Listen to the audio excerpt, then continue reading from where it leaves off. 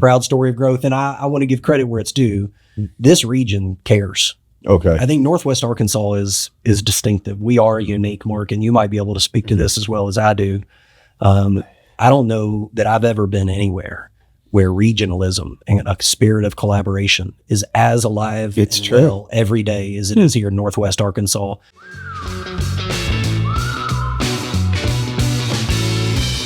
This is a podcast about Wes Craiglow. But before we introduce Wes, Yes. it's been another episode, or it is another episode of Big Talk about small business. You got to see it, Wes. I love it. You guys Hey, put that in your consistent mind. listener, now I have a visual to go with it. Put that in your brain and let it sit there Yes. a long time. Don't let it sit too long that it festers, but Long enough. long enough that it ages properly, ripens delightfully. Don't let it fermenting. Yeah, that's too long when it ferments. So no, we've got Wes Craiglow here in the studio today, and Wes and I only became acquainted with each other probably in the last, 6 months or so, really. That's about right. And it was through the Urban Land Institute. Wes has a business and association management company, and ULI, Urban Land Institute, is one of his clients. So start with, what is Urban Land Institute then? So ULI is a 90-year-old nonprofit. We are a member association and a C3, a pure nonprofit dedicated to the public good. Headquartered out of DC, but we have over 50 chapters. At ULI, we call them district councils. They're spread all over the Americas region, serving a lot of the major metros and growing, thriving metros in the U.S., plus additional offices in Australia, Asia, and Europe. Wow. Simply put, the ULI mission exists to serve the professionals of every built environment discipline you can think of, public sector, private sector, academia, non-profiteers, but anyone who's in the business of helping cities grow in a way that achieves their fullest potential.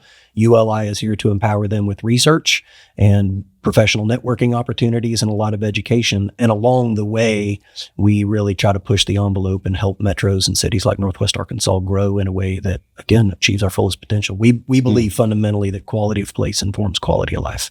So is it helpful, for economic development, helpful for sustainability practices, probably that type of stuff as well? Yeah, there's all that. But, ULI, I could never say it as beautifully as Wes did. That was gorgeous, actually. But no, the developers come together there with the contractors, the engineers, and the regulators. Okay.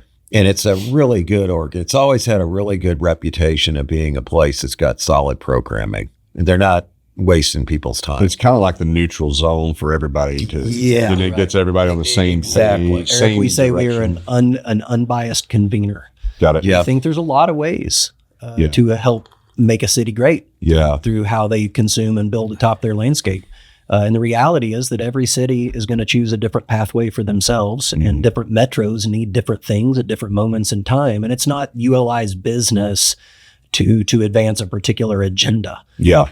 But it is ULI's business to help bring leaders and decision makers together around important information. Yeah. And learn from one another and learn from what's going on in other metros so that they can head back to the office and make decisions that are in the best interest of ours, whether they're in the private sector, public sector, whether they're teaching in academia or leading other nonprofits like ours involved. So mission. It is. And the thing that impressed me about this guy is ULI did not have a chapter here 6 years ago. Oh, really? So Wes has taken this thing from zero to unbelievable. You had over 400 people at your event. At the Place Summit, that's our annual conference. At the annual conference for NWA. In 6 years, they got 400 people to come out for a how many day?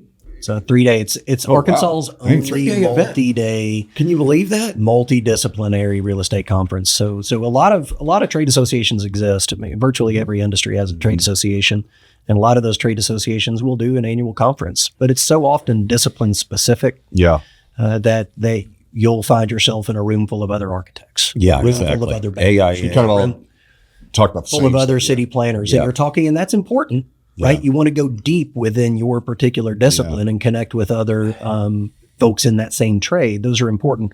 ULI is where you come up out of that discipline foxhole, out of that silo, and connect with the rest of the world of real estate. And so our 3-day Play Summit conference that we host each November here in Northwest Arkansas is our defining moment for doing just that. And it's only 4 years old. Out of the 6 that we've been operating in Northwest Arkansas, this was just our 4th annual Play Summit. And so to see it go from 100 and something people to now over 400, and all of the other programs that we've developed and advanced, and the staff that we've grown, and the over a dozen governing committees with many dozens of professionals from the real estate world advancing the mission through those committees. We serve the big cities and the small, and every possible trade and industry discipline you can think of. It's a proud story of growth, and I want to give credit where it's due. This region cares. Okay. I think Northwest Arkansas is distinctive. We are a unique market, and you might be able to speak to this as well as I do. I don't know that I've ever been anywhere where regionalism and a spirit of collaboration is as alive every day as it is here in Northwest Arkansas. There are reasons to serve your own backyard, whatever that might mean to you, but everybody seems to have a spirit of wanting to come up and out and acknowledge that what's best for everyone is best for them, and what's best for them benefits us all as a region. That rising tide lifts all boats. I love that spirit, and I think the growth of ULI corresponds to that spirit of regionalism. There was a lot of demand, latent demand, and we just happened to arrive at the right moment. It's kind of like, Cameron Clark was mentioning that in one of our last episodes, just about that everybody on the same page, wanting to do good things. Sure. A lot of it is like the Northwest Arkansas Council and the engineering of the whole area. But, we can theorize or hypothesize on why that's the case. This area has got a lot of people that kind of came together from other places. Yeah. That's right. And, it doesn't have an old guard that's fighting change. That's right. And so there's a lot of, and we've got some great benefactors like the Waltons. Yeah. Right? That put money into the area to make it great. Yeah. Oh, yeah. 100%. But I guess going back to what I was saying about Wes, though, that impressed the hell out of me that he's been able to grow that that. Right. And I said, holy cow, Wes should be doing like this Y group conferences. Yeah, I was thinking about the answer. Hey, I got it. Where do I sign? Let's go. What is your secret to marketing these things? So you have ULI and you have other association clients. Correct. So what's your formula? What is it you're doing for these clients of yours to help them be successful in their missions? I think a lot about this, Mark. I appreciate that question because I think it is central to who we are, how we serve, how we grow, and ultimately how we as a staff and a team are fulfilled. We wake up every day and want to keep doing this work. And it's centered around our beliefs as a staff team, our belief that better cities are a clear path to a better world. Mm-hmm. So I come from a city planning background. Right. And a military background, which we may talk about shortly, and what that means to grow in the company. But my city planning background has led me to believe that better cities are very important. Yeah, they are. Place informs quality of life, and how we build our landscapes matters. Cities are where we will work. It's where we will call home. It's where we'll raise families. It's where we'll build lasting relationships. It's where we entertain. It's where we find security and peace and opportunity and more. It defines in many ways where we choose to call home in the city, region, state. It defines in many ways how we identify ourselves. I just think we are tied to the environment in a big way. And so how we build that environment matters. Well, I, over time, began to build a team of like-minded individuals. So we have a small-scale developer on our team. We now have 2 architects on our team that are helping us advance the mission of our clients. And so as a team, we one of our core values is client stewardship. We believe that if we help our clients' mission be successful as if it were our own, then we make the world a little bit a better place through how we build our cities. And because we all believe in this work as built environment professionals in our past, we get fulfillment out of that. Yep. And that makes you want to wait. When you put that together, and I don't mean to make it sound too magical, it's fundamentally work and systems and processes, but it makes me, and I think for a lot of my team, makes us want to wake up every day and get back to work and solve complex puzzles, because the work that we do doesn't just matter to our city or to our client. It matters to us. And you're talking about ULI and this. I'm talking about the team. So my staff is, my company is Skyline Management, Skyline AMC, Association Management Company. Yeah. And our role is to help member association, mostly nonprofits, but member associations who work on behalf of their members in helping shape cities. Somewhere in one of those trades or disciplines of the built environment, we help our members achieve their mission. And ULI is our biggest client. It was our first client. We can talk more about that. But ultimately, the team that delivers that they work for me in Skyline Management. And again, I choose my staff members. I choose my employees very intentionally based on their commitment and their belief that better cities improve the lives of the people that call them home. What I'm enjoying about that statement is like, we've talked about it quite a bit. Like, if you're an entrepreneur wanting to start a business, like, you really need to have more of a core vision, purpose behind what you're doing. Because you didn't say, hey, let's make money and let's make a certain amount of profits. I think all those things are important to track and look at. Right. But it's not what motivates you to start it. But to have a customer-centric organization and culture, right, that where your people wake up and they know what they're doing, but really importantly, why they're doing it. That why, to me, is such a big deal. Starts with why. It really does. And having someone should write a book called that. Simon Sinek, maybe? I don't know. Yeah. I'm stealing from Start him with why, right? Yeah. Is that the name of it? Yeah. But it's very true. That's where the energy, I heard this not too long ago. I've always heard we've always heard time's more valuable than money. But then I heard from Napoleon Hill something that's more valuable than time. And he was a big time value person. He's like, it's the energy of your time that's even more valuable than your time. It's true. Yeah. What energy are you bringing with the time that you have? And that's where the tie to the mission comes in, right? Yes, it is. Yes. If you could instill that in a company culture, you are starting to create the magic behind what your business is doing. Thanks. I'll accept the word magic. Again, I'm a systems and processes kind of guy, and I think culture is grown over time by getting those by describing the why. We start with that purpose. Why it's a common purpose. It's the first of our 6 fundamentals at Skyline. Establishing a common purpose. We're here because we believe in this thing, that better cities create better qualities of life. And then if we just use that as our North Star, all the systems and processes create opportunity that built around that, create opportunities for reps and sets. And through that reps and sets, through mutual success and cohesive teams and common purpose, as we get through those reps and sets, the culture follows. You might just put that word magic on the culture of a place, and how do you achieve it? It is not magic. Right. It is having a North Star, building systems and processes, getting reps and sets, and trusting that the culture will come. Yeah, because it's not incidental, right, or passive. So to help the listeners understand, how do you activate that? Are you talking about writing down values and your purpose, and then you're making that global within the company, you're reviewing it with the team, you're setting targets, all those things. You're doing that work to make sure everybody knows where that North Star is. 100%. So we have a mission, vision, value statement at Skyline, and it corresponds to many of the same things we're talking about here. And it wasn't one that you put together for a pitch deck for an investor presentation. This is from its core. Right. We don't pursue debt. We don't do any of the clients come to us. They say, we see what you're doing for our sister member association down the road in this particular trade.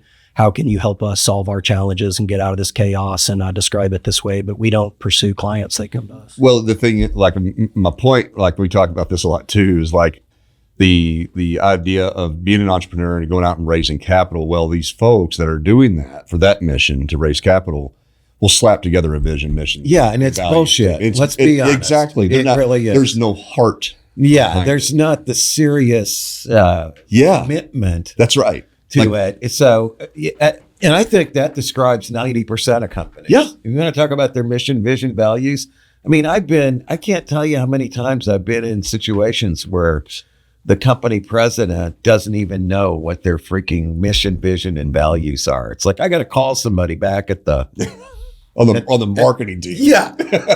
Doesn't that say something? Mm-hmm. Well, again, I mean- Mark, when you and I first started to spend time together, you asked me some of these similar questions, Mark, and I wouldn't know how to do any of this without my military career. We definitely have a process that writes orders. Yeah. Like we codify it. It is in doctrine and it is in a written order. And at the top line, near the top line, is what we in the military call the commander's intent, and that is the purpose. Why we're doing this? It's a purpose statement. It is the end state. So where is the goal line, and how do we measure success? And if the boss has a handful of very important things, key tasks, are there certain things that are critically important that are essential for the boss to do, to get done? A lot of other things, in some cases, many hundreds or thousands. A volume of work will get done, but hey, these of you got to be done. So that purpose, end state, and those key tasks are essential. And then you have that mission statement. Why, again, why are we doing this? The vision statement of where are we going? And then those core values of these are the things that we filter every decision through. If they don't achieve, if whatever course of action we're taking, whatever path we're about to embark upon, if we can't filter them through these core values and validate this course of action as suitable, feasible, and acceptable through those value statements, well, then we're probably heading down the wrong path. And we're going to have a little bit of mission creep and probably not perform our best. And therefore, we're not serving the needs of the client and achieving our fullest potential. And so that's how we evaluate right path, wrong path. And again, reps and sets, and you build a culture around it. And then the other key fundamental we could talk about is decentralizing control. I just give power as far down our team as I possibly can. I want to empower right down to the junior-most staff member the most amount of decision-making authority possible and full resources and top cover because responsibility can go down, accountability comes up. I give top cover on risk assessment, but we have a process for that. Shared purpose, cohesive teams, common trust, and we have prudent risk assessment, acceptance, and discipline initiative. And again, I push control as far down the chain of command as I can and trust them to make decisions in a vacuum. And that amount of empowerment, knowing that they're backed by the boss who will be accountable. I'll answer the mail if bad news comes. They've got the top cover they need to go out and serve the clients with the resources they have, with the clear guidance that they've been provided, and make decisions even when no one's around. And that further inculcates the culture of excellence. What is your, I'm geeking out on this. I know. It's like, I want to hire a management consultant. I just want to hire them to run my company. I know. I do too. I have a lot of company. Oh, 100%. He's going to do this stuff right. 100%. Like, where do you find the time as, so my struggle personally, right, in that accountability seat, like you're talking about, is where do you find the time? How do you prioritize the time? Because this isn't I write it down once, pass around the company, now we're all working. This is, you have to be on this, right? And how often are you on it? How do you prioritize? Like, do you lock in certain times of the week or days to work on this and making sure you're clear? Because you have to be really clear about every word that's in those statements. Correct. Okay. And so the answer is yes. I want to start by giving you all credit. You've taught me a phrase that, again, I didn't go to business school. No one taught me how to run a business. So I just gather it from the ether. I learned something for you all about splitting time between working in the business and working on the business. I'm obligated to work in the business. I serve as the executive director of ULI Northwest Arkansas, and it gets the vast majority of my time. And I do that on purpose, right? I'm in the business. I'm delivering the scope of work to this. You're you're creating revenue. That's exactly right. But I also need to make time, as you all have coached me on this podcast, to make time to work on the business. And that's hard. Yeah. To be clear. It's really hard. That's hard. When your sleeves are rolled up and you're in the trenches and you're doing the work side by side with your team, with the client and their clients, it's hard sometimes to come out. So what we've begun doing this year, Eric, is we have a new software tool that allows us to track hours more effectively than ever. And that allows us to see across the entire staff team who is providing time for which client at what share. And it's important for leaders and managers to see that. It's important for the client to know that they're getting what they pay for, if it's a per hour rate or something similar. Not always, but nevertheless, it's important for me as the boss, especially to look at my own time and diagnose how much time am I giving to my company.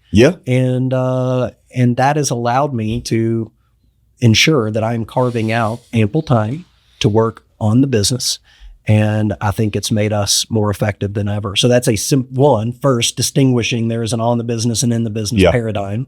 And then having a tool, the ability to see how much time you're giving to each. And then it's as simple as, okay, if I'm going to carve out this much time in a given week or a given month to work on the company and improving all of our systems and processes, then what are my priorities of work once I'm in there working on the company? And that's a myriad of things because that's never ending for a business owner. There's always something we know. Working on. As I quote Eric all the time, business is nothing but problems. Good or I bad. quoted you just last night. Thanks, man. Always. Thanks, buddy. I love it. It's a true. perpetual state of, I say it's solving puzzles. I get to wake up every day and solve complex puzzles with unknown partners and limited resources and unknown environments. And I love it. I use metaphors all the time with my team, but I say some days it feels like I'm crossing a stream barefoot and blindfolded. If you can follow the metaphor, your foot placement comes slowly because some rocks are sharp, some are slick, and you're looking for that stable footing. You want to avoid the deep pools where it gets dark and cold. But you know that barefoot and blindfolded, you can slowly cross that stream. You know somewhere out there is the other side. It's the destination. Yeah. But I have to manage it slowly, feeling my way through this thing. Yeah. As long as I stay on this particular course, I'm going to get across it. But I'm going to have to figure it out step by step as I go. That's right. And I just trust. I build systems and processes, and I just trust them. And I wake up every day and check off my priorities of work and take another step forward. What do you think is the adequate amount of time to work on the business like this to? First off, I don't know the answer to that. If you can answer that for me, that's why I was all asking. ears. But I think it's different. I've noticed already, Eric, that it's different at different moments in time. There's moments where I can give a lot of time to working on the company and the team, and there's moments where there's just no time, and we've got to trust that we've got a volume of work in the near term we've got to get through to achieve outcomes for our client. And there will be something on the other side that lets us catch our breath. I don't know that there is a way to answer a percentage share. I think you're right. But I do think that where a lot of small business owners fail, especially ones that are providing professional services, which is basically what you're talking about, is right. There's just like a million different services, software development, lawyers, architects, whatever, right? Management consultants. They don't charge enough. If you don't charge enough, then you're forced to work all the time. You think, well, I got to stay busy. That's the main thing. So then you do not ever have time to work on your business. If when you work, you get paid handsomely, now I've got time to devote to the business itself. But the mistake a lot of people make is they think, I got to stay busy. I'm desperate. I don't know where my next dollar's going to come from. Yeah. Sell it cheap. They think everything's elastic, which it's not. Cheaper means more demand is the sort of conventional wisdom. And so they never get off that trap. I'm so guilty. You know what I was thinking though, when he was talking about like how he captures his time and what he's doing, I can't imagine that at this point. I don't know where to start. Because it changes so quickly. Yeah. I mean, I can't imagine it. Mm-hmm. It's just like driving here, I'm writing stuff on my phone. I'm talking on a call. Not while you're driving, just I am actually. while I'm driving, I'm on a business related call there. The other stuff I'm responding to is not necessarily related to that business. I don't know where I would charge that. Yeah. Well, I'll tell you this, that it was tough on me too. My director of operations, my managing principal, she'd said, we need you to start doing this too. Yeah. You got to join the rest of the staff and start tracking out. Understand it. And it felt too complex. I work in the gray, any given 5-minute period. Right. Exactly. Right. Yeah. And so, but I will tell you this, that the moment I began and I committed, it's my New Year's resolution, January 1, I committed all in after kind of tinkering with it a little bit last year. And I'm thankful I did because it's not without its gray. It's not without it takes an extra 10 minutes of my day to sit and log my hours, go back through my calendar and whatnot. Moderately more investment of my time to track those hours, but it's already providing me so much usable knowledge about where my time personally is going that it's worth it. And so if if that helps anybody out there in the listening audience, get in the habit of tracking their hours. If they're especially in the service industry, they serve multiple clients at once during any given day. And then they're trying to also make time to be an effective leader and manager for their business and their teams.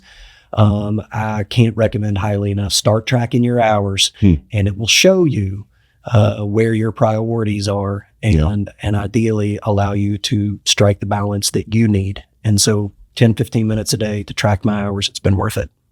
Can we change up? I wouldn't argue with this dude on anything. I mean, he's got the answer to everything. No, I wouldn't. You notice that? I'm not going to. I mean, it's so. You guys can push back. I'm literally. No, it's cool. We're not going to push back. Can we move to the military? Yeah, that's what I wanted to do too. Okay. Well, if that's okay with you, Mark. I mean, you are the host of the show, so I mean, I'm just a co-host. Yeah, he is not. No, I'm just. I'm the second place every time. I'm the loser. But Mark's great plan to be the humble number 2. Yeah, He's got some. I'm humble. I'm number 2. I'm number 2. The number 2 exceeded the number 1 long time ago. Can I call you Dad? But yeah, you can. Okay, it's getting. I'm weird. old enough to be Dad. That's please. You see how fast? Yeah, that's cool. Call me Dad. Are you getting written into the will? I got 5 kids. There's not going to be much between them. They'll be fighting over the scraps. So yeah, Wes, tell us about your now. How did you go into military? Did you go right out of school or not? No. What did you do? I came in after 9/11, the week of 9/11, in fact. So I was working construction and didn't really have a pathway in life. And really, how old were you? I was 24. It was 2001 when I came in. I'm 25. Wow. So 24. You guys are about the same age. Yeah. I think it was like 20, 21. Is that right? You like that. Prior service? No. You're saying about the same age. Gotcha. So you were working construction. What were you doing? I was running heavy equipment, building golf courses for a living for a company called Landscapes Unlimited out of Nebraska, and traveling and enjoying. I lived out west for a while and ski bummed and lived in a van down by the river, Chris Farley. Yeah. I mean, I was a free spirit, but I didn't really know where I was going. And when 9/11 happened, I just something inside. That was Tuesday. Was 9/11, and by Thursday I called a friend who was in the Army and I said, "Tell me what I need to know. I don't know what's going to happen, but something's going to happen, and I need to start structuring my life." Now I'm almost 25, and he introduced me to a recruiter, and the rest is history. And I certainly had no reason to believe that I'd be in 25 years later still serving the Arkansas Army National Guard as a lieutenant colonel and an engineer officer. So was the desire to serve the country, I guess, after that event? You're like, okay, I'm 100%. I'm contributing. We all remember. Yeah. Like the nation, all of a sudden. I was flying out of Boston that day. And all of a sudden, yellow ribbons on every tree and parades in your hometown. And, it was a unifying event in spite of how bad it was. Where I was at? I was at the House of Representatives building in Washington, D.C. Wow. Talking to Vic Snyder. Oh, wow. When I didn't know. What had you up there? I was up there.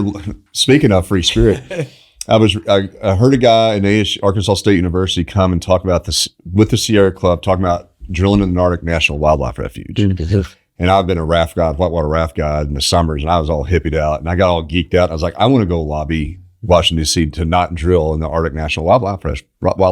Uh-huh. So Sierra Club brought me out there to do that lobbying with Vic Snyder.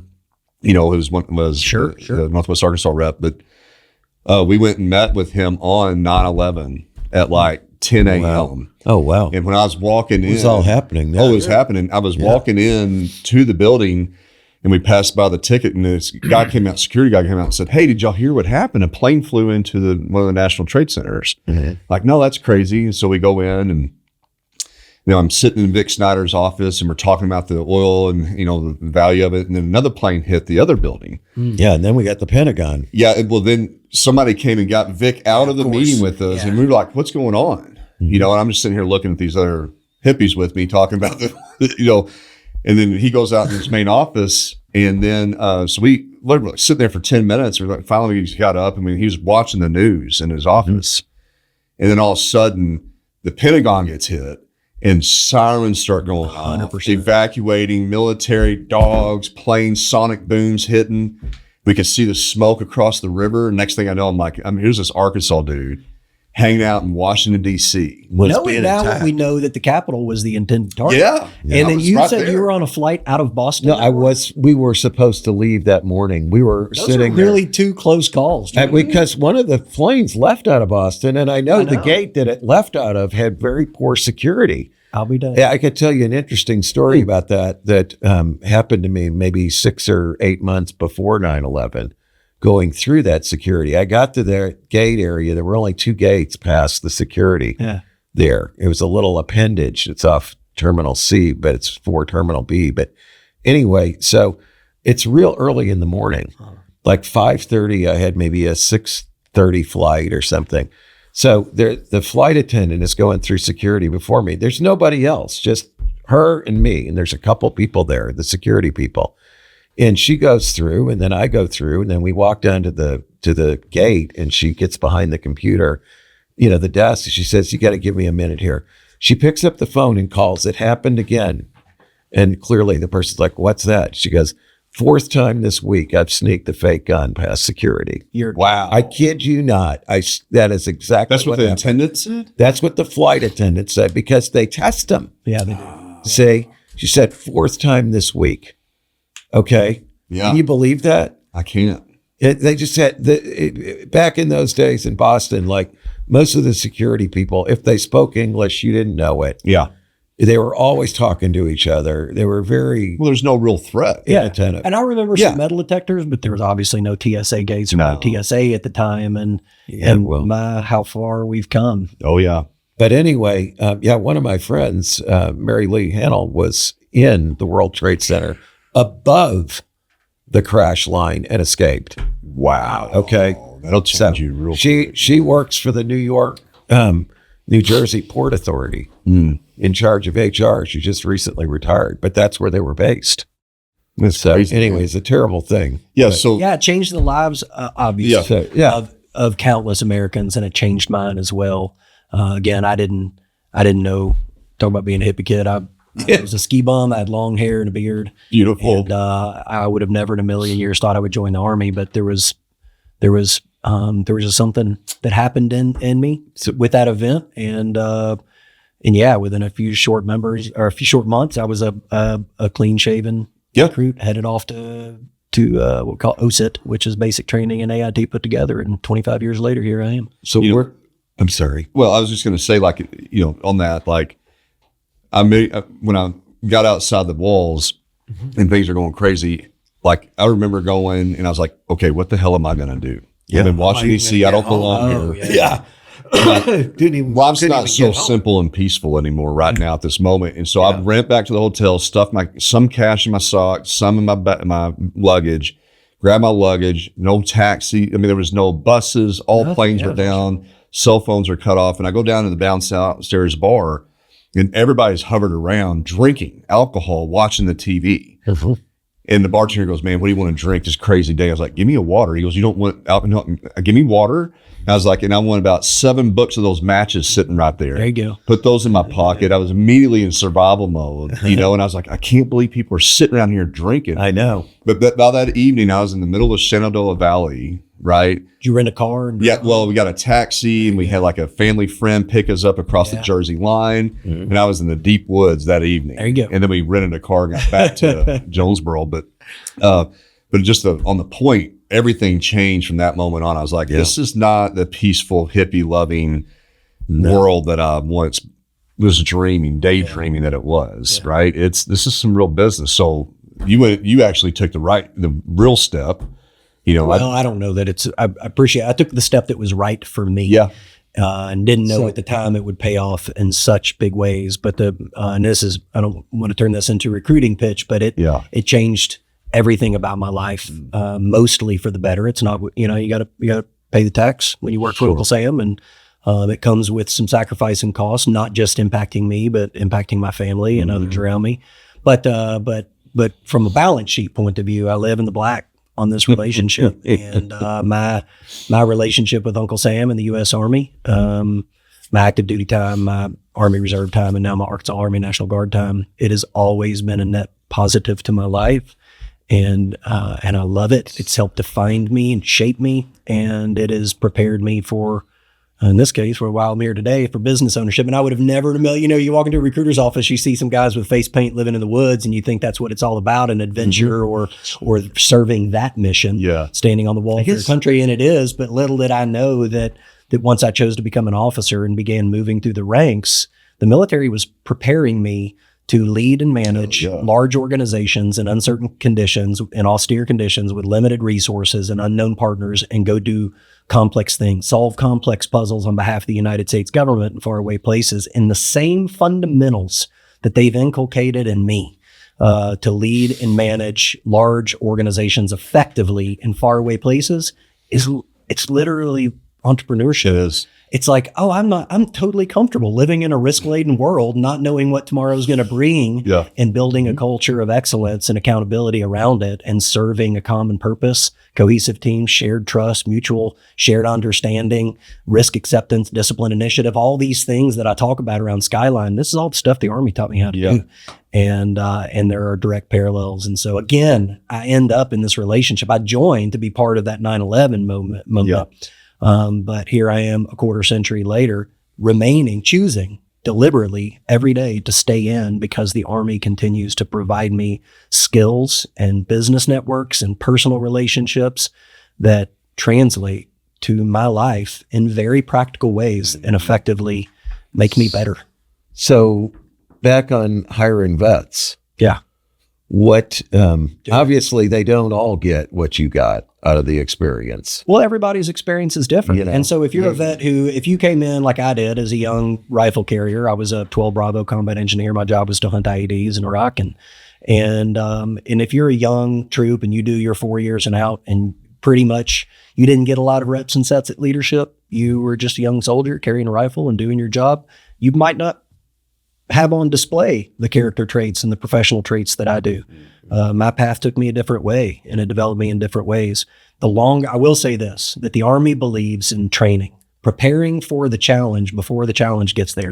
Be effective at your job, be well-resourced, leverage those resources, prioritize your workload, have systems and processes that work, be comfortable accepting risk and making decisions in absence of a leader telling you what to do, thrive in chaos, right? If the longer you stay in, the more reps and sets you'll get at that stuff, and you will be better. You'll be a better husband and father and friend, a better neighbor, a better citizen, and for sure, if you choose to be, you'll be a better business owner. My route, especially on the officer side, through those junior, intermediate, and advanced schools that the Army has sent me to, have gotten me there. Different service branches, different moments in time, different occupational specialties, will all have a different pathway to getting there. But I believe fundamentally, the more you invest in your military career, the more it will provide, and the better it will make you holistically on your civilian side. Ready to level up your show? At podcastvideos.com, we offer industry-leading recording and expert marketing to help your show reach more listeners. From creation to distribution, we've got you covered. Visit podcastvideos.com and elevate your podcast today.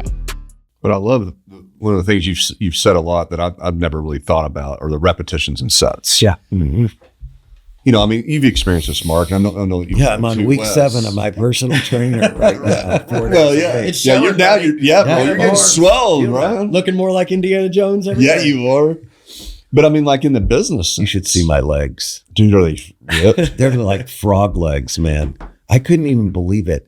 Do they start blowing up? Seriously, the other morning I was laying there, on my phone like this, and I looked down at my leg and I saw my leg muscle bulging out. Hell yeah. And I said to my wife, I'm like, honey, you got to feel this. Check this like man out. Unbelievable. Okay. I'm just bounding up the steps. Yeah, it makes a huge difference, doesn't it? It does. It's all about reps and sets. You found that, man. Yeah, well, hopefully I can keep doing it. No, you will. I mean, you're like the most resilient. Like you get the longest lifespan prediction of anybody I've ever met in my life. Well, you're lucky with good genetics, but inertia, man. It's all about inertia. Just get that wheel moving. Let it. You got to keep moving. It's so true. I mean, that was the last message of my guest speaker in my class last night. Keep moving. Just keep moving. Yeah, But on these reps and sets, like if somebody comes and says, like, young inspiring entrepreneur, I get this a lot. Like, how did you do it? Yeah. And it's really a complicated thing but what I've started to learn, especially as you're saying that, is like there are things that I can see. So like if I hear a client say one little thing, Yeah, you're very I'm perceptive. I'm like, wait a minute, and the team may not even hear it, but I'm like, we've got to navigate this correctly. They said something in that meeting, and they're walking away with all these different ideas, but I'm like, we've got to navigate it this way. So therefore, we do this. It's an important caveat. Man. Practice makes permanent, right? And so if you're doing reps and sets with bad form, you're not going to achieve your full muscle growth potential or whatever you're trying to do. In worst case, if you have bad form, you could injure yourself. We all know that. So using this metaphor as a reference, That is a good have your metaphor. system, have your plan, right? Have your systems and processes in place. And if you believe in those, if you've got the structure, if you've hired great talent, people that are smarter than you put them in positions of control and influence, and you've empowered them with resources and you trust them to act, you understand your business's mission and functions and that of the clients you serve. And we've built a workflow, priorities of work, the systems, the processes, the tools, the products that we use, and we believe in them. Then reps and sets start to matter, because now the practice is making permanent the things that we are achieving results through. We're not doing reps and sets on bad form. So important caveat, it's more than just reps and sets. It's the right reps and sets. Makes sense. I mean, the problem I find with a lot of people, and I'm not going to generalize about generations either, is just a general lack of discipline. And they don't have the discipline to do certain things every single day. Now, you could call it reps and sets or whatever you want. But I mean, that to me is something I would think that, the military instills in people is a discipline. You've got to do certain things in a certain time, a certain way. Oh yeah. And it's very difficult for people. They I would offer that it's not as rigid as you describe it or how the movies make it seem. Okay. Here's what you got to know. There's a famous quote attributed to Patton about how the one thing that makes you the U.S. Army, the U.S. Army has all this doctrine. We think we know how they're going to fight, and then they show up in combat and they throw the doctrine out the window and they just thrive in chaos. What it's about is discipline is very true, but it's about having the systems and processes in place that are strong enough to withstand chaos. And then it's about trusting those systems and processes and the experts that advance them in the chaos. It is not regimented in terms of specific inputs, outputs with expected desired outcomes. Sure. It is about having systems and processes that can stand up to success and having leaders within your organization that are courageous and are empowered. And trusting that when you arrive in chaos, because again, every step is barefoot and blindfolded as we wade out into these waters. I don't know what tomorrow is going to bring. So how can I be prepared for it? What I know is that we have muscle, and muscle grows slow, reps and sets. You have to trust the process of growing that muscle. And over time, we believe that we will be able to lift heavier and heavier objects. In this case, it takes the form of clients that we haven't seen with challenges that we can't imagine. So how could we prepare for those? What we do is prepare ourselves. And when the day comes to be asked to lift something heavy, we know we've built the muscle to do that. Dang, Mark, you just got pumped, bro. Man. I hope that becomes one of our clips. Yeah, I said that to you. Dang, Mark, it's you just got not. pumped. Just know the Army does not set us up to. By and large, it does not set us up to know what we're going to be doing. No, the that's next hour, the next day. it's awesome. It's about I've never knowing had how that. to react to a challenge. I've never had that articulated to me like that, but that makes a tremendous amount of sense. What it sounds like, I mean, like, and you kind of like painting the right picture, because it's about really the process. Yeah. And the discipline is following a process. It's building it, understanding the challenge. Okay. How do we see ourselves? How do we see the workload? How do we see the environment we're working in? How do we see the needs of the client, whatever it may be? Understanding that as the foundation, and then deciding what are the skills, tools, resources, systems, and processes we're going to need to do this work at the right scale and at the right speed, and then focusing our efforts there. That's the muscle building part of it. And we get practice by serving current clients. We realized we were really good at growing ULI Northwest Arkansas, at advancing that mission. And then someone else came along and said, can you do that for us? And I look around, I assess the muscle of the organization. Are we tooled to do this again? If the answer to that is yes, again, understanding the needs of that other client prospect. If the answer to that is yes, then we say yes. And we follow that client down that path, knowing that we have the muscle to help them carry whatever their mission might entail. Likewise, if the systems and processes aren't there, if the training, the professional development, the trust, the teams, all the things I've described, if it's not there and we're not ready to put that extra plate on the bar and lift it, then we don't. Here's what I'm getting some clarity in my life, Mark. Good. Give me a second. Man. Let me ask I was just going to question. say, Eric, I just wanted to say, let's pool our money together. And You want to? okay. Let's get him out of that business. Listen. Okay. Hey. We got things for him to do. Let's go. You got one? Bring yours over there. Let's we got put two work up. to be done here. All right. Give me your credit card. There you yours go. is better, bigger. We So need put 80% on Mark's. All right, And I'm deal. 20%. Deal, gladly. But I want voting stock. But no, he makes so much sense. He No, it does. absolutely does. Because when we talk about working on the business, I'm immediately after this conversation going, instead of me thinking as an entrepreneur about working on the business and this kind of very vague thing, what I'm doing is I'm actually working on processes. Right. Refining, defining processes, looking for the holes, the gaps. What do I need to do to set up so when moments of chaos or problems that always happen in business, what's the process that fixes that? Then the team runs through it. The muscle happens. Is there a broken piece? Fix that. That's my working on the business, just kind of continuously refining, and having the courage as a leader to fix the freaking process. Yeah. Yeah. Well, you say process, I say discipline. I mean, I'm not saying, obviously, maybe process is a better word, but there have to be, yeah. No. Certain things have to happen at a certain time. No, you're right. You know what I mean? I've got to have the information I need. We've got to have the means to correct. We've got to have the accountability systems built. The gap analysis. What are the things we can't do? And how do we fill that gap? But I think what you're saying, like you as being the experienced entrepreneur and business leader you are actually, your discipline is creating the process. If everybody could just get in Mark Zweig's brain and follow the Mark Zweig process with the discipline to do that, things would be solved. But I think our challenge, though, is are we really mapping out the process? We're really codifying that so it can be replicated. Yes. Yeah. That's a good point. Well, Wes is such a smart guy. You can see We got to have him back. I want to dig into this more because I think there's so much clarity because obviously the military is excellent at running operations and organizations, right? I mean, like that's, fantastic. Like you can't do the things they do without it. There's so much to learn. I'm so intrigued and interested in this. I watched my wife, who served in the Air Force for 15 years. She did. Dude, I'm a civilian. When my alarm goes off, I'm like, she's like, boom. Dude, she pops up in there, teeth are brushed, food's prepared for the day, out the door, working out. Some might call that discipline. Exactly. But it's actually a process that's just following. And when you build that inertia, you build a culture, you get that wheel in motion, it starts to just generate its own life. She won't hang out with me while we're in bed. And I just want to hug and love. That is, man. I mean, that's my...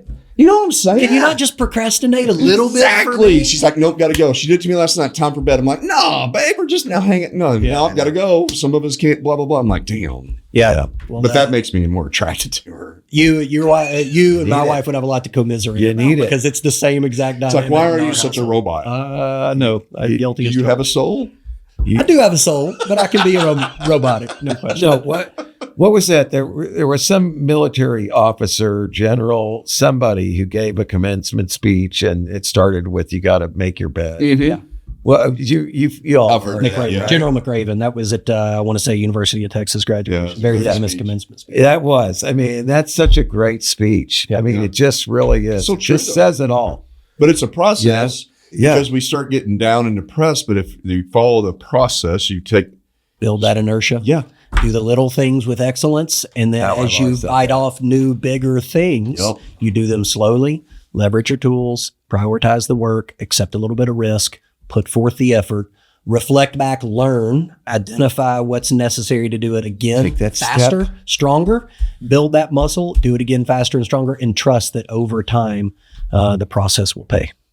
Wow. Well, hey, we're out of time, dude. This has been one of the most fantastic episodes. It really is. Appreciate that. We want you back, man. Yes, absolutely. Anytime. I'm happy Yeah, to I do it. love, And thank you for your service, first of all. well, you Thank got for it. You're all worth of it, sir. and love to do it. And I want you all to know how much you mean to listeners like me. I spend a lot. I listen to every episode. Spend a lot of time hearing the two of you all jam and riff off each other, but also guests on occasion.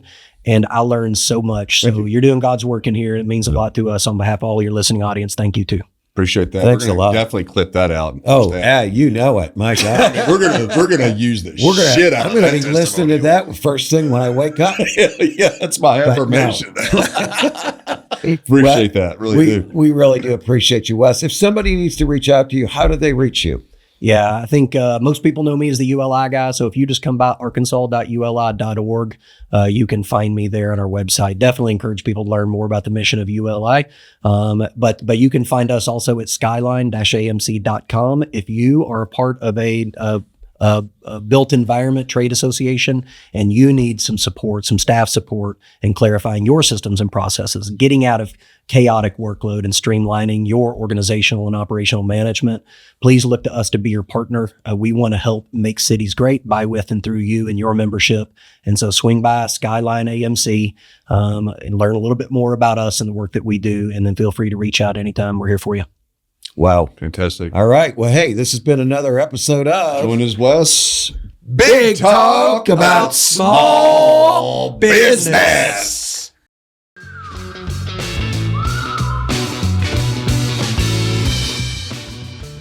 Thanks for tuning into this episode of Big Talk About Small Business. If you have any questions or ideas for upcoming shows, be sure to head over to our website, www.bigtalkaboutsmallbusiness.com, and click on the Ask the Host button for the chance to have your questions answered on the show. Stay connected with us on LinkedIn at Big Talk About Small Business. And be sure to head over to our website to read articles, browse episodes, and ask questions about upcoming shows.